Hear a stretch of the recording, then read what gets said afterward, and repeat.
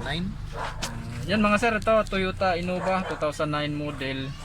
Yan, ang issue niya blackout. Yan, andar yan mga sir, pero ano.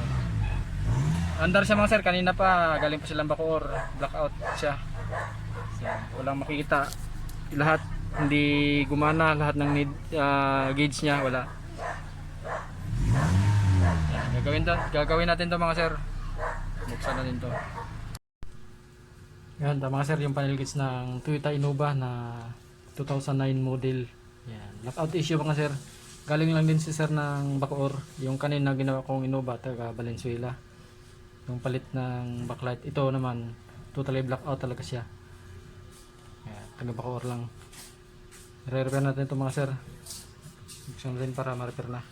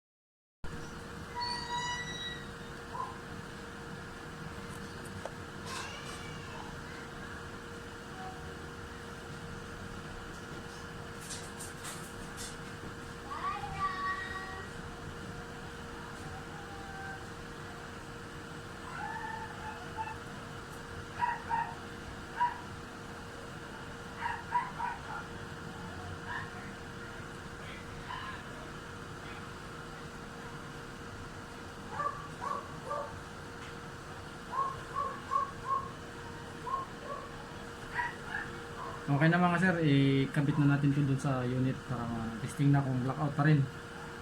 Toyota Innova mga sir na 2009 model, blackout issue yung panel gauge. Kabit na natin ito mga sir sa sasakyan. Yan mga sir, ito na yung, yung panel gauge ng Toyota Innova na blackout issue. Yan, taga-Bacoor lang si sir. Yan, okay na siya mga sir.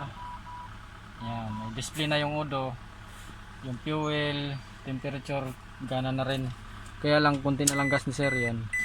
Tapos pundi rin yung yung ilaw dito sa fuel, ayan, madilim na.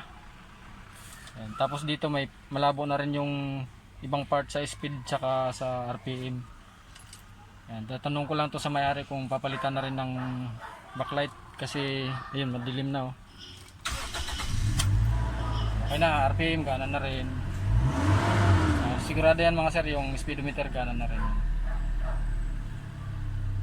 Antay ko lang yung may-ari mga sir kasi lumabas pa kumain. Hindi niya kasi nabanggit sa akin nga pundi rin pala tong yung ibang backlight. Antayin ko lang siya kung tatanong ko kung papalitan na rin yan. Pero sigurado baka papalitan na rin niya.